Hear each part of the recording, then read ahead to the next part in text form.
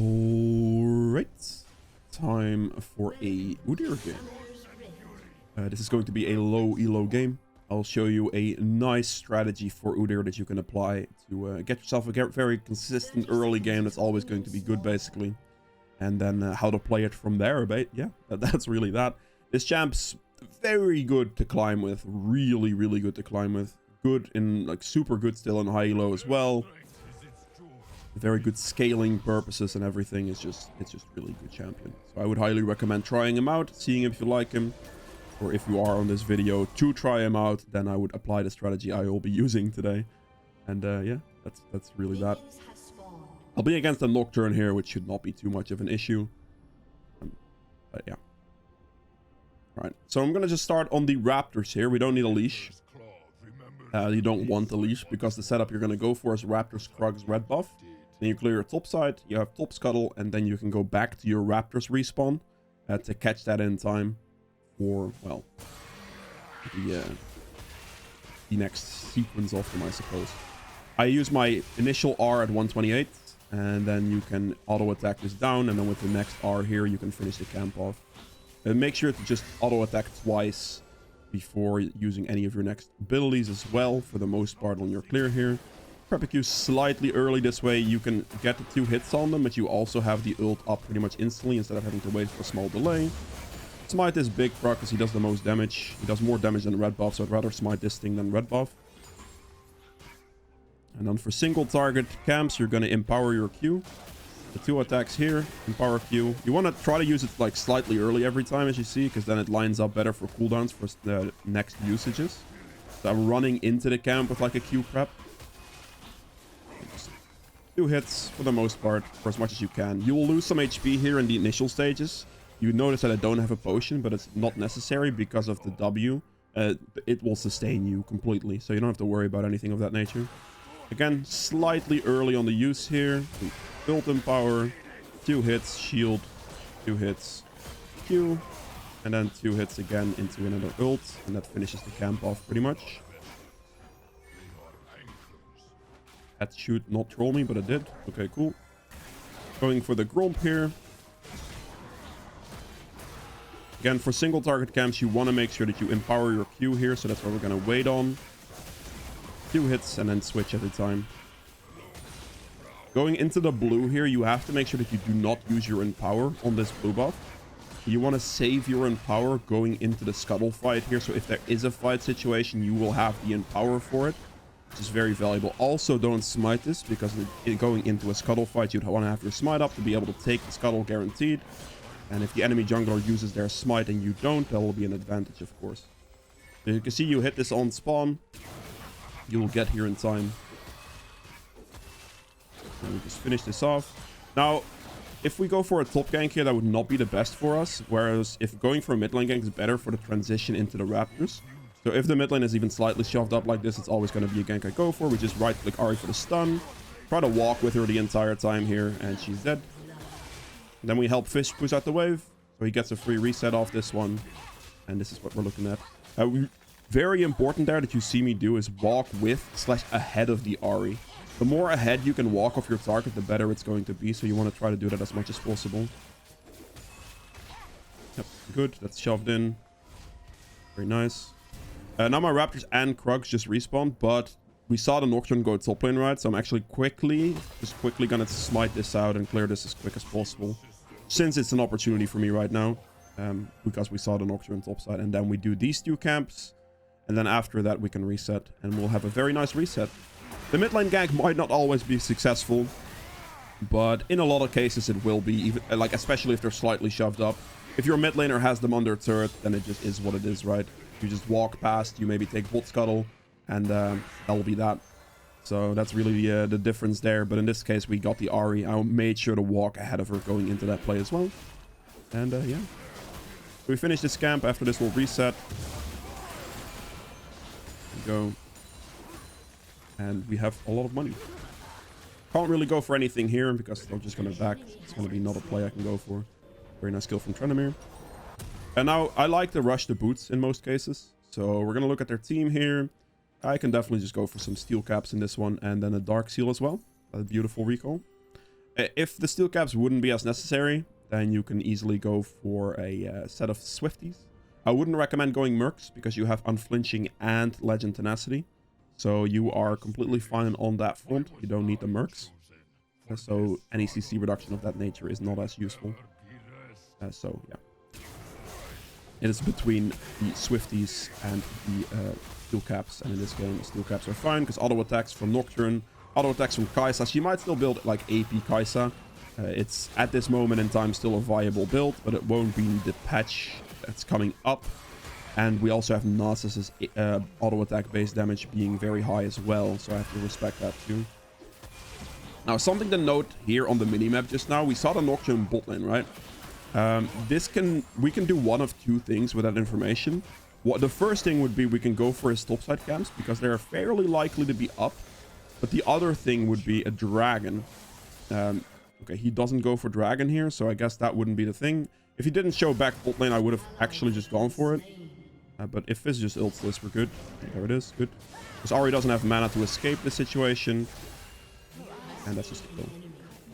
Now, because the Nocturne showed bot lane, we're pretty certain that his topside camps are going to be up, as you can see. And the dragon isn't a very high priority for me in the early game. You can take it, but I have a disadvantage on the bot lane scenario, right? I'm going to help save my Fizz.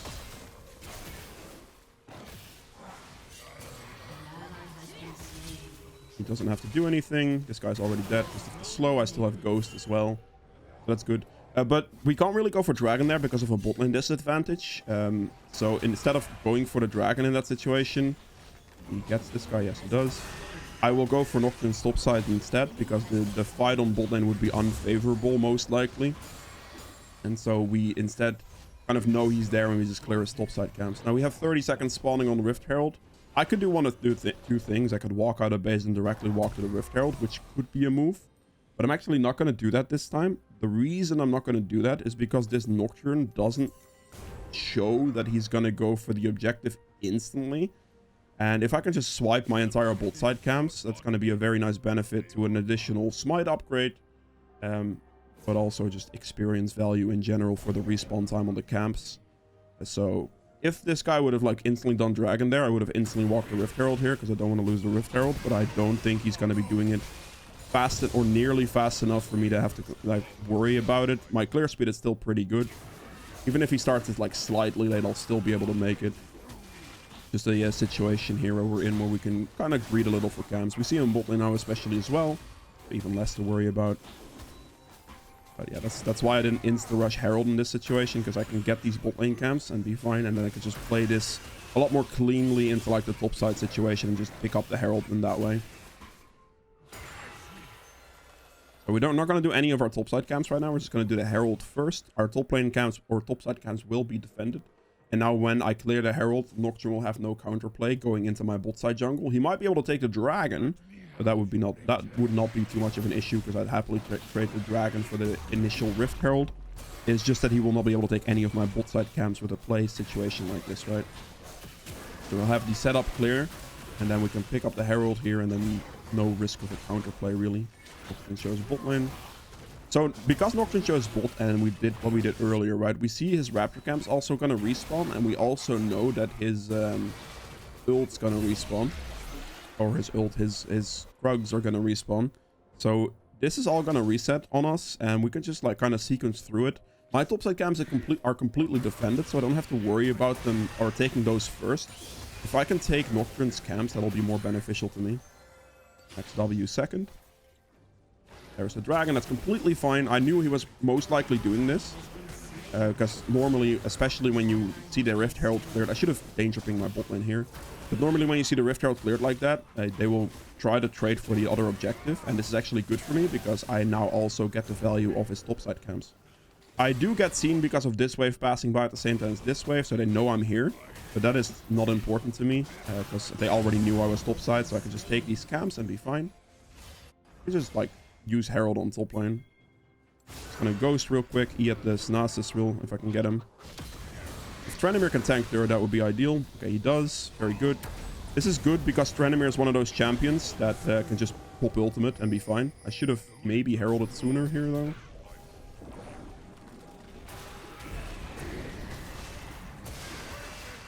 Extend that into the wave to get the wave cleared. And then we finish off first turret and split the money with Trendemir.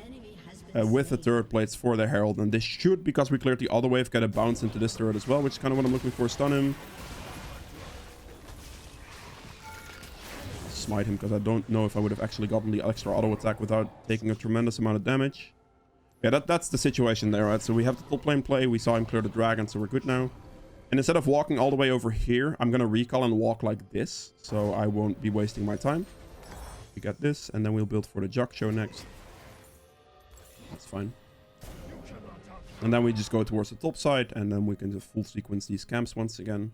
Potentially clearing towards bot scuttle here as well. But yeah, we have some opportunity now to have a nice extra sequence into our camps again. Creating a nice CS situation for ourselves, right? Trendemir is doing quite well. The Nasus is making a slight build error. If you're against the Trendemir, he should just rush steel caps, because the attack damage or like the auto attack reduction on that's huge against Trendemir. So he's actually like Trendemir is actually having quite a good time, because Nasus just didn't buy steel caps. He's going straight for Frozen Heart, sorry. He's probably going to get them after his Frozen Heart, but he realistically should get them before. He gets Bolt Scuttle this Nocturne, that's okay. I want to make sure I get the camp sequence more so than just one Scuttle. He might go for the Raptors. No, he doesn't. He may be going for mid or bot with his ult. No. I'm thinking he's going to ult mid lane here. Instead of running down, I could like kind of stand here a little bit. See if there's an ult coming in. Okay, Ahri just used her last ult dash thingy. Very nice. Air also very well done by Fizz there by not walking up. Gonna be a Nocturne ult mid, or where is he going? Oh, top lane. Just didn't hit his Q. Okay, fine. Shove in the mid turret here. Like, instead of going Krugs here, I can go for the mid turret platings, essentially. Damage. I can't really walk up to the turret now though because of my burn damage. So I actually won't be able to hit the platings. If I walk up there and I get like CC locked by the rel, I'd be in trouble.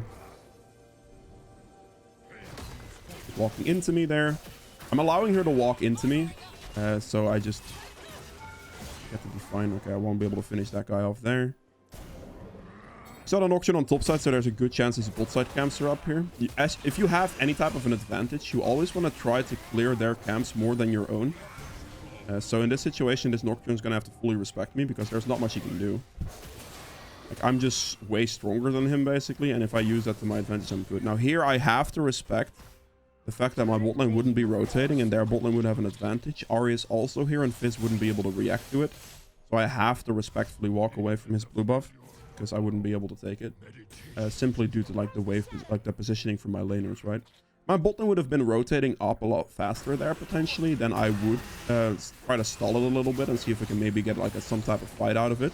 I would be fine, but because my bot lane isn't moving in that direction, at least not instantly, we will not be able to make the play really happen there, so we want to avoid a fight and just walk out.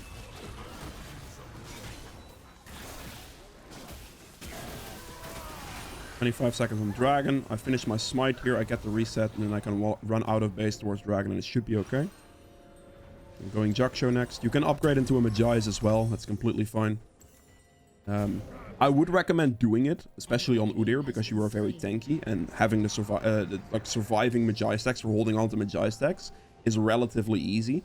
But you don't have to do it early on. You can easily do it after you finish like your Jug Show, for example, right? Making you much more tanky. So that's kind of what I'm going to go into now. Instead of buying it there, I will just go a little bit more tanky and then buy it, because it's very easy to hold on to a Magi's on this champion. The dying is not as common here, right? If I want to look for the dragon here, it's now the second dragon, not the first one. And the second Herald is a lot less valuable than this dragon. So now we actually want to go pick up some dragons. So that's what I'm going to go for here. Every 2 auto attacks, you switch your style. And then you want to empower your Q for most damage. So you see me 2 auto attacks, and then I click the next ability, 2 auto attacks, and I click the next ability, etc. And now instead of going for like any bot plays here, I'm actually going to see if I can still get the Herald if he's not just rushing it right now. I should be more than fast enough to make it there. We run through here, and then we just sprint up to the Rift Herald and see if it's possible to take this still. It is. Very good. Again, single target, so you empower.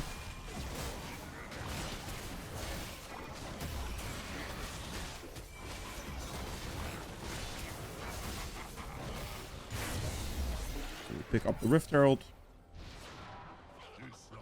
My Tranimir is going pretty aggressive, so I will walk after him. I don't really want this play, but I'll walk after him just to be there, just in case, if that makes sense. So now with the second Herald, we were going to look at turret priorities. This one would be a big priority to get, because it opens up the map. It's pretty high HP, so it's most likely going to end up being that one, unless my team gets some type of pressure and is able to push the turret down. If that turret's down or very, very low HP and easy to kill, then it's better to use your Rift Herald for either this turret or this turret, because both of those turrets are worth 600 gold, the worth of value when you kill them. If you can get that by yourself, that'd be huge. It's like somewhat mimicking turret platings, right? If you can get this turret, it's 600 gold, which is so good.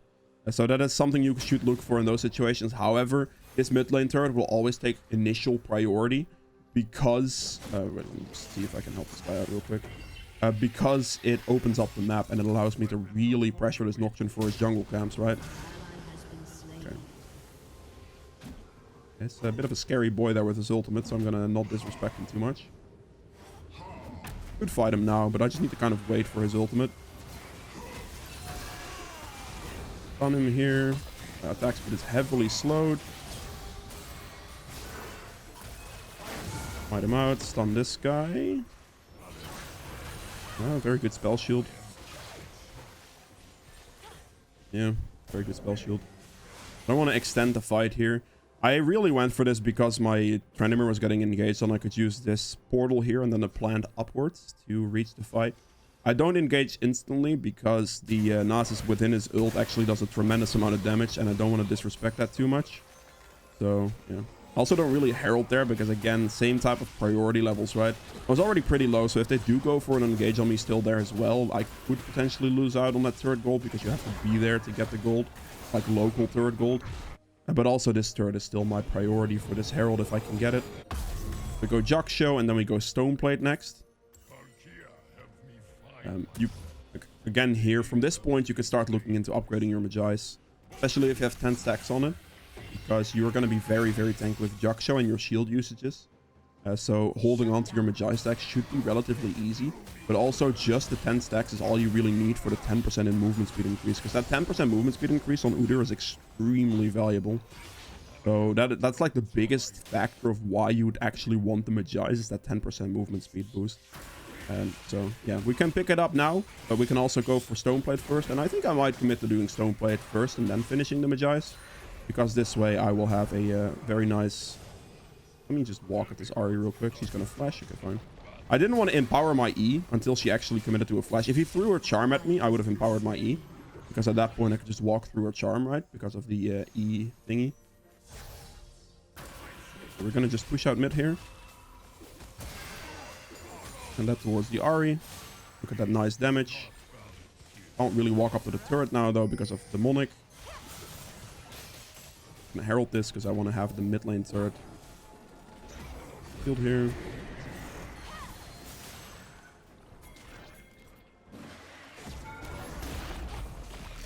Dude, I should have gone for it. I gave him a chance to dive the Ahri by tanking turret, and he didn't go for it. That's unfortunate. I mean, I can't be expecting that from lower elo players, obviously. Like, realizing I just tanked turret from there.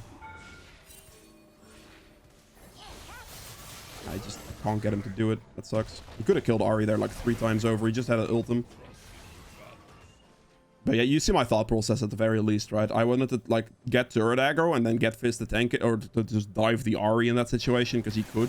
He just had to, like, shoot his ultimate and go for it, because I have turret aggro anyway. He doesn't have to worry about it. But he doesn't want to go for it, and I can't be tanking turret for that long. So. We see Nocturne top lane, we see the dragon respawning, so we are going to look at this dragon right now, but basically on spawn. Our smite's ready for it, so we should be good. Up a Q up, 2 hits. Empower Q for single target damage, and then every 2 hits we're going to switch here. So we did get mid turret now, that's good. Having that turret down is really big for me because it allows me to really start pressuring the Nocturne. Keep switching every 2 hits. Pick that up and then just hit the Nocturne. Stun him. Wait for a spell shield to time out. He should die to Fizz. Yeah, we're good. Okay, I will be looking for any and all of Nocturne's camps right now because we just killed him. So I want to pressure that advantage in towards taking everything he has. This is very important. If you kill him, if you get any kind of lead, you want to sequence his camps. If you do this, this is going to up your win rate tremendously because this Nocturne is going to lose so much overall gold and experience as well if you do this. So I can create a colossal lead here. So we know his entire sequence is up really here, right? We also see his red buff respawning and everything. He's still dead. So he can't do anything about this entire situation. And this is really important. Assisting several times if you want your team to help you. There's a red between me and Ahri, so she shouldn't be able to get it from me, which is good. My Fizz is relatively AFK, unfortunately. He's sticking around in mid lane. That's slightly unfortunate. Trenimir was here, like, showed up for us, but the Fizz is just refusing, so that kind of stinks. I have to Ghost here. I'm gonna get feared here, which is fine, I think. Fizz is now behind them. Just run out.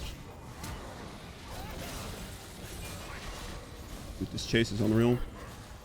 That's another fear on me. And now he's by himself because his team left him, so we kill him here.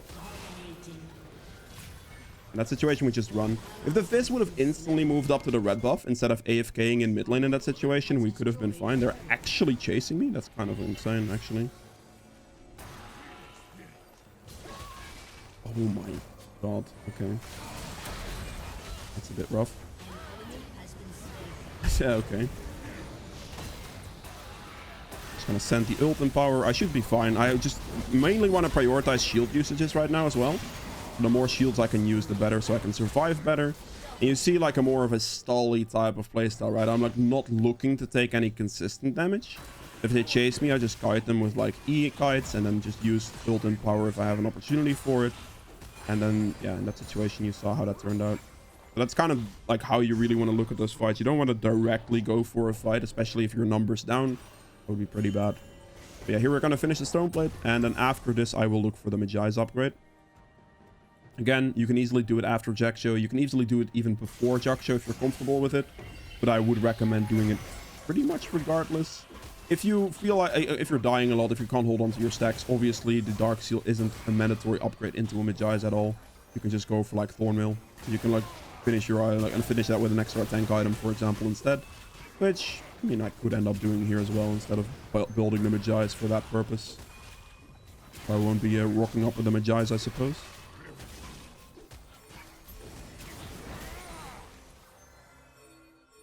Come.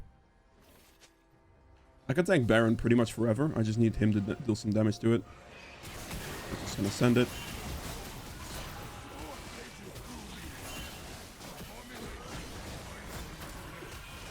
I'm not too worried about this. It's not warded, so, and I can tank this forever. And so there's really no point in me having to really worry about this too much.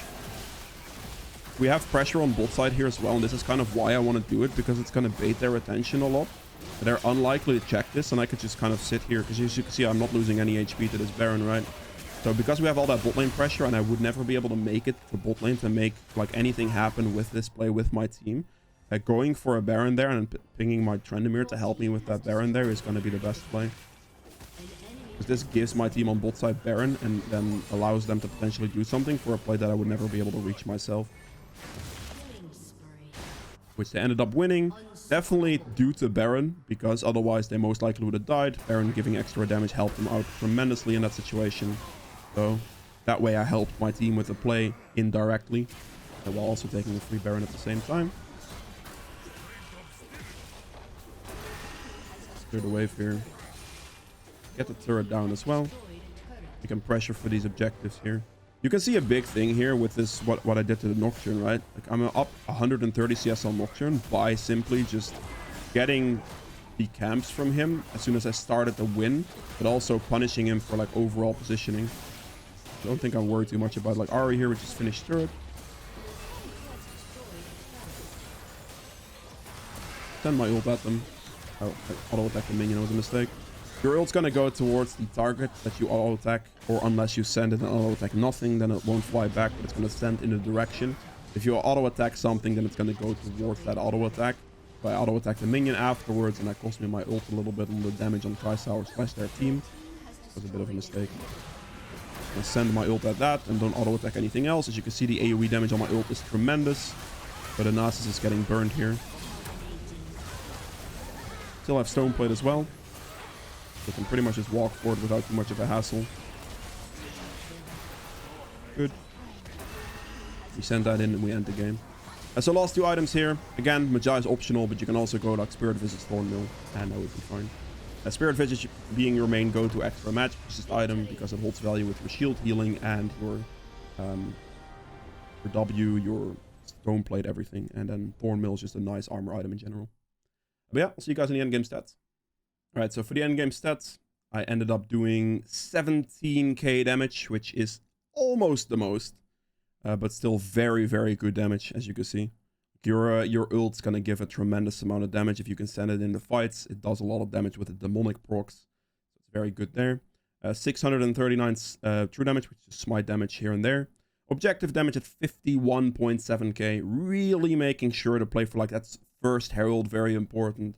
Then afterwards, like those dragons trying to set up camp sequences, like to actually go towards those fights, towards those objective situations. So that's what we're looking at here. Very, very high damage to objectives, which is really good. Healing done at 16.4k as well. Damage taken at 23.3. So that's really strong. We have self-mitigated at another 43.5.